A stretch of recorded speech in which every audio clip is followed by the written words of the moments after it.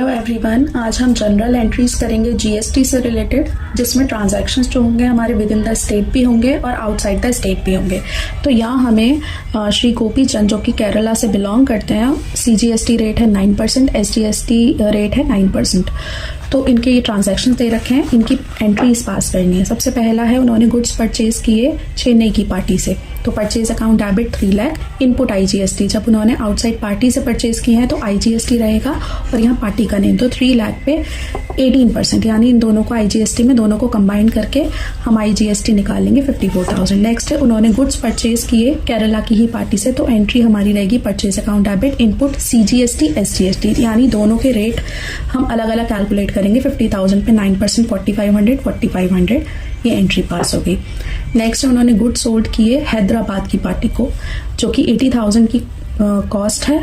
उस पे हम ट्रेड डिस्काउंट डिडक्ट करेंगे 10%, 72,000। उसमें हम अपना प्रॉफिट ऐड करेंगे 25%, यानी 100 प्लस 25 कितना हो गया 90,000। तो सेल हमारी हुई 90,000 की।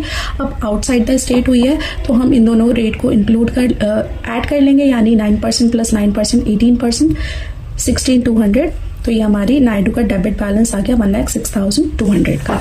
नेक्स्ट है उन्होंने गुड सोल्ड किए केरला की ही पार्टी को, तो यहाँ कैलकुलेशन क्या रहेगी, 2,50,000 पे पहले हम ट्रेड डिस्काउंट 15% डिडक्ट करेंगे, उसके बाद हम प्रॉफिट ऐड करेंगे।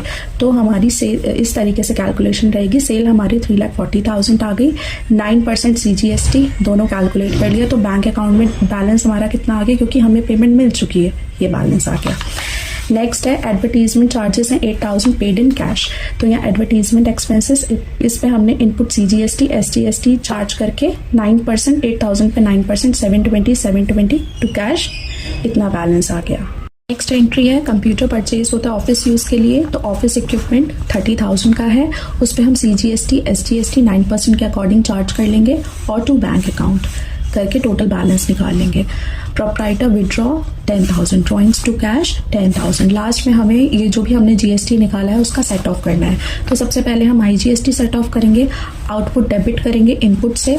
आउटपुट कितना था हमारा 16,200 और इनपुट था हमारा इतना, तो हम इतना ही डेबिट करेंगे इनपुट आईजीएसटी। रिमेनिंग कितना बचा 54,000 में से इतना 37,800। अब इसको हम सीजीएसटी आउटपुट सीजीएसटी पहले सेट ऑफ किया जाएगा, तो ये एंट्री पास होगी। हमारा आउटपुट सीजीएसटी था 30,600, वो भी हमारा पूरा सेट ऑफ हो गया।